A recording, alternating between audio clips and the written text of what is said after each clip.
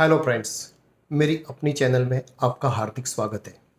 सबसे पहले मैं आपका आभार व्यक्त करना चाहता हूँ कि आप लोगों ने मेरी वीडियोस को लाइक किया, व्यू किया और उसकी वजह से आज मैं 2400 सब्सक्राइबर का पार कर चुका हूँ और 4000 आवर्स का जो एक क्राइटेरिया रहता है कैलेंडर साल में, वो भी मैं पूरा कर पा रहा हूँ। दोस्तों, मेरे वीडियोस अपार्टमेंट, फ्लैट और उसके related concerns, problems, real estate के रिलेटेड होते हैं। और अगर अभी तक आपने मेरी चैनल को सब्सक्राइब नहीं किया है तो सब्सक्राइब कर लो और बेल आइकॉन को ज़रूर प्रेस करना, जिसकी वजह से सबसे पहले नोटिफिकेशन आपको ये वीडियो का मिले। दोस्तों, आज मेरा आपके प्रश्न मेरे उत्तर का तीसरा पार्ट है। पहले दो पार्ट में आपने पूछे गए कुछ सवालों का जवाब मैंने दिया था।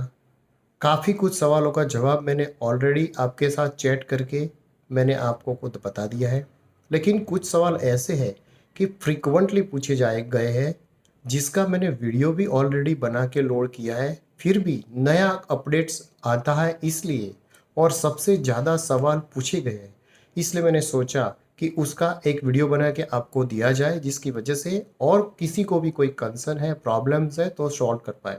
मेरा एक ही इच्छा है कि मैं सबसे ज़्यादा आपके साथ टच रहूं और सोशल सर्विसेज के माध्यम से आपको कुछ हेल्प कर पाऊँ। तो दोस्तों, लीजिए शुरू करते हैं आज का टॉपिक, आपके प्रश्न मेरे उत्तर पार्ट 3। इसमें सबसे ज़्यादा पूछे गए सवाल, मोर देन 100 क्वेश्चन मुझे पूछे गए। उसका वीडियो भी मैंने लोड कर दिया, उसका डिस्क्रिप्शन बॉक्स में मैं डाल डाल दूंगा, आप ज़रूर पढ़ लेना। लेकिन उसके अलावा मैं कुछ और देना चाहता हूँ। सवाल का अगर मैं एक कंक्लूजन निकालूं कि सवाल ये है कि अगर कोई मेंटेनेंस चार्ज नहीं देता है तो हमें क्या करना चाहिए। तो दोस्तों, अगर कोई मेंटेनेंस चार्ज 6 महीने तक लगातार नहीं देता है तो एक चेयरमैन और सेक्रेटरी को एक लेटर जी रिस्पेक्टिव मकान मालिक को देना चाहिए कि आपने इतने महीने से इतना अमाउंट नहीं पे किया है, तो आप 12 दिन में आप पेमेंट कीजिए। 12 दिन के बाद अगर पेमेंट नहीं करता है तो 3 दिन का उनको ग्रेस पीरियड दीजिए, उसके बाद आप सिविल शूट कर सकते हैं। लेकिन उसके पहले आप एजीएम बुला के उसको बताइए कि आपका क्या प्रॉब्लम है। अगर सही में कुछ फाइनेंशियल प्रॉब्लम है तो कमिटी एंड सोसाइटी के बाकी मेंबर्स डिसाइड करके उसको कुछ टाइम देना चाहिए, जिसकी वजह से पूरा फैमिली है, क्योंकि एक साथ अपार्टमेंट में रहते हैं, तो उनको भी हमको सपोर्ट करना चाहिए।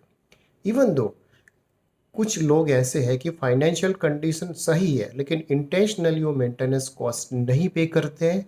उसके लिए मेरा सुझाव है कि आप सबसे पहले उनको आपके नोटिस बोर्ड पे डिस्प्ले कीजिए कितने लोगों ने ये पेमेंट नहीं किया है। प्लस आपके जो कॉमन व्हाट्सएप ग्रुप है, इसमें भी आप बता दीजिए कि इतने लोगों ने नहीं किया है। आप कुछ एम्यूनिटीज़ का एक्सेस स्टॉप कर सकते हैं, like access to the gymkhana, access to the club house. Even though lift का यूटिलाइजेशन भी अगर आपके पास लिफ्टमैन है तो उनको एक्सेस रिस्ट्रिक्ट कर सकते हैं। लेकिन दोस्तों, मेरे एक वीडियो में भी आपको बताया है कि आप एसेंशियल जो सर्विसेज है उसको आप कट नहीं कर सकते, लाइक वाटर सप्लाई है, इलेक्ट्रिसिटी है और जो हाउस कीपिंग है।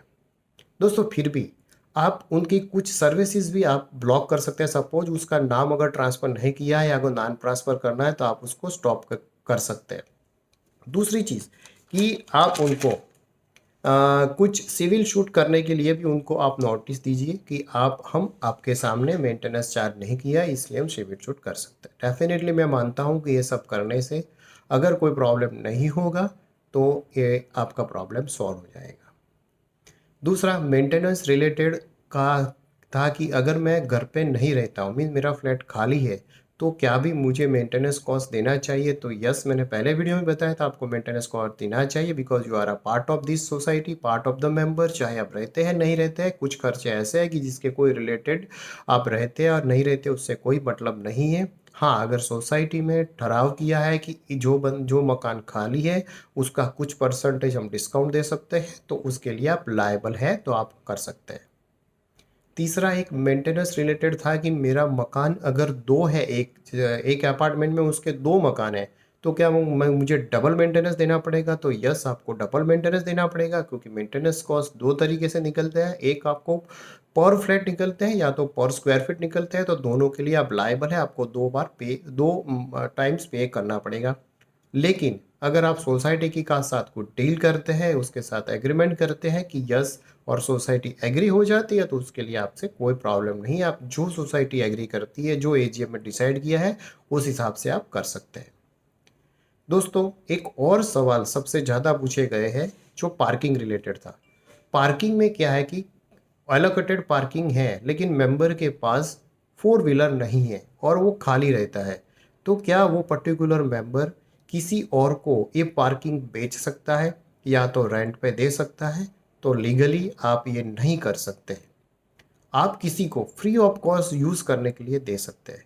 सेम वे, अगर फ्लैट ओनर रहता नहीं है और उसकी जो पार्किंग है वो खाली है, तो भी या तो सोसाइटी या तो मेंबर उसको किसी को बेच या तो रेंट पे नहीं दे सकती। हाँ, किसी को willingly free of cost use करने के लिए दे सकती है।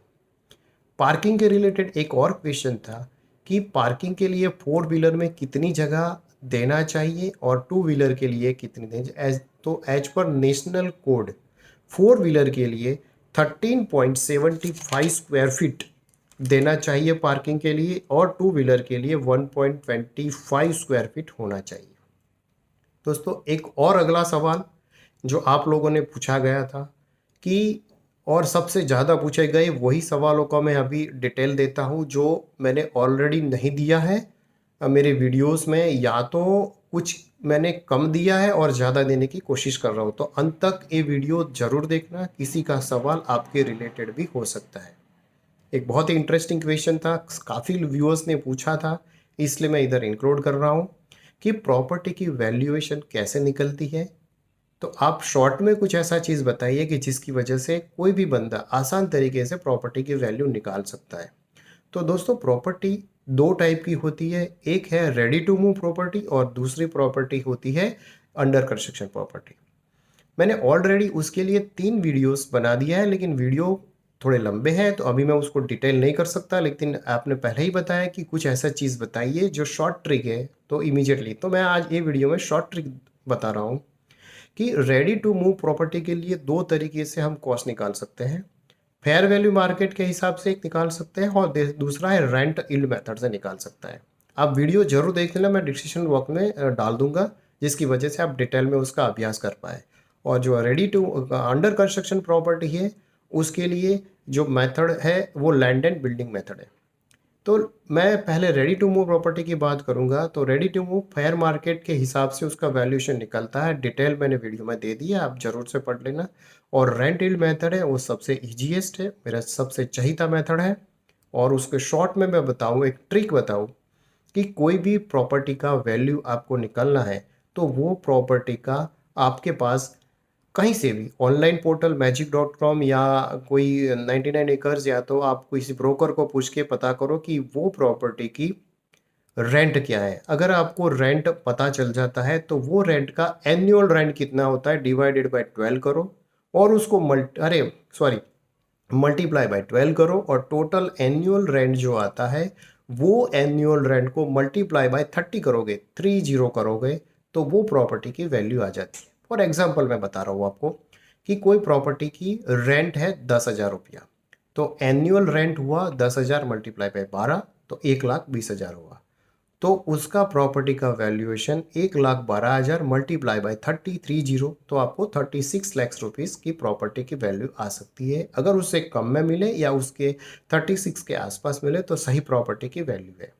सेम वे, अगर कॉमर्शियल प्रॉपर्टी की बात करें, तो उसमें आपको एनुअल रेंट जो आता है, वो एनुअल रेंट मल्टीप्लाई बाय 15 करोगे, तो जो भी कॉस्ट आई वो प्रॉपर्टी की वैल्यू हो जाती। फॉर एग्जांपल 10,000 रुपया रेंट है कोई शॉप का, उसको आपको मल्टीप्लाई बाय 12 करो तो 1,20,000 हुआ, मल्टीप्लाई बाय 15 करोगे तो 18 लाख रुपया वो शॉप की वैल्यू आ जाएगी।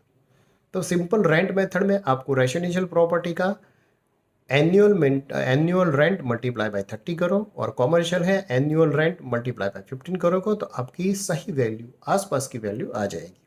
दोस्तों, ये सही तरीका आपको बताया है, तो प्लीज़ शेयर करना आपके दोस्तों के साथ, और आपको सही लगा तो प्लीज़ मुझे मैसेज करना। तीसरा आपका सवाल है कि मैंने एक फ्लैट या अपार्टमेंट परचेज कर लिया है, मेरा लीज रजिस्ट्रेशन हो गया है, लेकिन अभी तक मैंने सीएच सर्टिफिकेट में नाम ट्रांसफ़र नहीं कराया है, तो क्या वो करना ज़रूरी है? अगर ज़रूरी है तो क्या इम्पोर्टेंस है? तो दोस्तों, अगर आपने लीज़ करा दिया है, आपके पास इंडेक्स की कॉपी आ गई, तो आप शेयर में नाम आपका ट्रांसफ़र इसलिए कराना पड़ेगा कि जब तक आपका नाम ट्रांसफ़र नहीं होगा तब तक you are not a part of this member of the cooperative housing society. तो you are not eligible for any voting या तो एनी एजीएम में आप बैठ नहीं सकते, इवन तो आपके पास घर का खुद का नाम का है। तो रिक्वेस्ट की सिंपल प्रोसेस है, आप उसकी फ़ोटोकॉपी इंडेक्स की और लीज डीड की, उसके साथ एक एप्लीकेशन चेयरमैन सेक्रेटरी को दीजिए ओरिजिनल शेयर सर्टिफिकेट के साथ, तो वो नाम ट्रांसफ़र करके आपको दे दिएगा। उसके लिए कोई चार्जेस नहीं लगता है, क्योंकि आपने ऑलरेडी उसका नाम ट्रांसफ़र, आपका ट्रांसफ़र भी आपने भर दिया, इसलिए आपका लीज डीड हो चुका है। दोस्तों, एक सवाल और था सबसे ज़्यादा और बहुत ही पूछे गए एक सवालों में से एक है कि रेंट कैलकुलेशन कैसे करते हैं। रेंट कैलकुलेशन में मैंने 2 और वीडियो बना दिए थे, मैं डिस्क्रिप्शन बॉक्स में डाल डाल दूंगा, लेकिन फिर भी मुझे लगा कि उसकी क्लैरिटी और सही तरीके से देना बहुत ज़रूरी है। तो दोस्तों, पहले भी मैंने बताया कि आपका जो मेंटेनेंस कॉस्ट है 2 तरीके से कैलकुलेशन होता है। एक आपका पर स्क्वायर फीट के एक आपका होता है पर फ्लैट के हिसाब से। जहाँ पे आपका फ्लैट की साइज़ सेम है, तो वहाँ पे आप टोटल जो एनुअल कॉमन मेंटेनेंस का खर्चा है डिवाइडेड बाय जितने भी फ्लैट है उसके हिसाब से कर सकते हैं। दूसरा है पर स्क्वायर फीट के हिसाब से। वो मोस्टली जहाँ पे वेरियस टाइप के साइज़ के जो फ्लैट है अपार्टमेंट है उसके लिए कैलकुलेट होता है कि टोटल आपका जो कॉस्ट है मल्टीप्लाई बाय टोटल आपका स्क्वायर फीट एरिया है उसके डिवाइडेड करके पर स्क्वायर फीट आप निकाल दो, और जो भी मकान जिस स्क्वायर फीट का है उसके बाद मल्टीप्लाई करके आप पर स्क्वायर फीट कॉमन मेंटेनेंस निकाल सकते हैं। उसका भी मैंने डिटेल वीडियो ऑलरेडी बना दिया है। लेकिन कुछ सवाल ऐसे हैं कि मेंटेनेंस कॉस्ट, कुछ बोलते हैं कि मैं लिफ्ट का खर्चा क्यों दूँ, मैं इधर टेरेस में खर्चा क्यों दूँ, ऐसे बहुत सवाल आते हैं। तो उसके लिए एक हाइब्रिड मेथड है जो न्यूली अवेलेबल है और काफ़ी लोगों ने उसको सहारा है और यूटिलाइज भी करते हैं। तो हाइब्रिड मेथड क्या है कि जो भी कॉमन मेंटेनेंस का खर्चा है उसको 2 पार्ट में डिवाइड किया जाता है। एक खर्चा ऐसा है कि जिसमें आपके नंबर स्क्वायर फीट के हिसाब से डिपेंड नहीं है, एज लाइक सिक्योरिटी का खर्चा। कोई भी स्क्वायर फीट का मकान है, सिक्योरिटी का खर्चा सेम होना चाहिए, मीन्स उसको डिवाइडेड बाय स्क्वायर फीट नहीं कर सकते। सेम वे आपका जो खर्चा है वो गार्डनिंग का। तीसरा है लिफ्ट का यूटिलाइजेशन। अगर दूसरे खर्चे की बात करें जहाँ पे पर स्क्वायर फीट निकलता है, तो हाउसकीपिंग का खर्चा, इलेक्ट्रिसिटी का खर्चा, तो 2 टाइप के खर्चे आ गए। तो पहला वाला खर्चा पर फ्लैट डिवाइड करके निकालो, दूसरा वाला जो खर्चा टोटल आता है वो पर स्क्वायर फीट के हिसाब से निकालो। दोनों को इकट्ठा करके जो भी खर्चा आएगा वो हाइब्रिड मेथड से कैलकुलेशन किया हुआ चाहिए। किसी को ज़रूरत है, किसी को कोई कंसर्न है, सीखना है, तो प्लीज़ मैसेज करना, I will support them how to calculate. और वो सबसे ज़्यादा प्रचलित है आज के, मीन्स नए नए जो बिल्डिंग्स बनते हैं वहाँ पे हाइब्रिड मेथड, और उसके लिए शायद सॉफ्टवेयर भी आ चुका है। तो वो बहुत ही अच्छा है और सबने उसको ज़्यादा अप्रिशिएट भी किया है और इम्प्लीमेंट भी किया है। तीसरा एक सवाल था कि मेंटेनेंस जो खर्चा है वो कब हम बढ़ा सकते हैं। तो दोस्तों, आप जो कलेक्शन करते हो वो कलेक्शन के ज़्यादा आपका खर्चा होता है, तो इमीडिएटली एजीएम बुला के आप डिसाइड करके जब भी चाहे तब आप मेंटेनेंस का खर्चा बढ़ा सकते हो। उसके लिए कोई रूल्स और रेगुलेशन नहीं है। तीसरा एक सवाल मैं देख रहा हूँ कि एक मैंने न्यू एम्यूनिटीज़ आइडिया का एक वीडियो दिया था, आप लोगों ने बहुत ही लाइक किया है, बहुत ही अच्छा लगा लोगों को।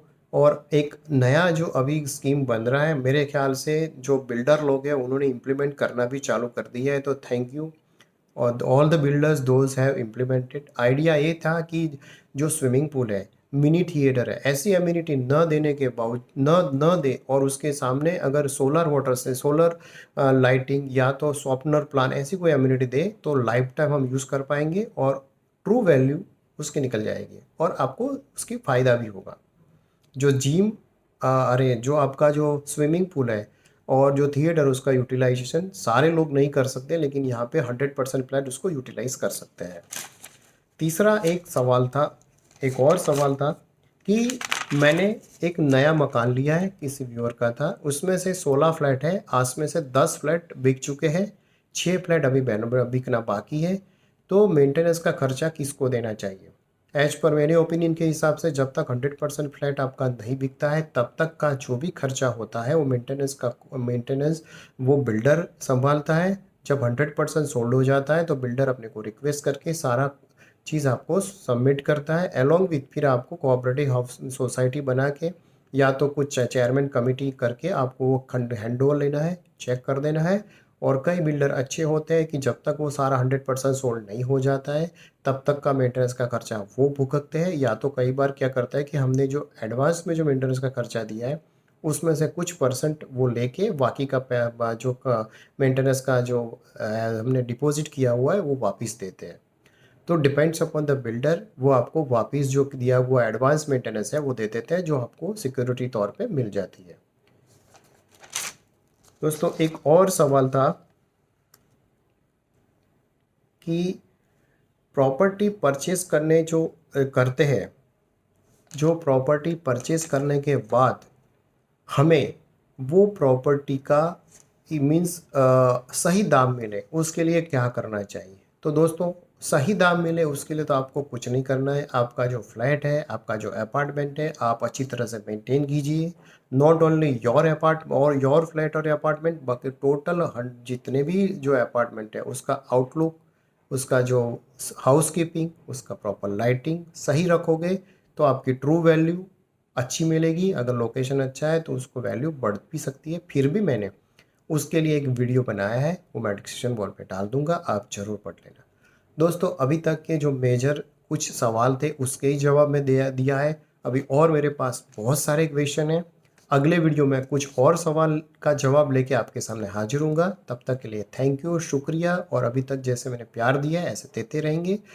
और अभी तक आपने मेरी चैनल को सब्सक्राइब नहीं किया है तो सब्सक्राइब कीजिए, लाइक कीजिए और दोस्तों के साथ शेयर कीजिए। आपको कोई प्रॉब्लम है, कंसर्न है तो please message me. I will try to reach you and support you for the solution of this thing. Thank you दोस्तों।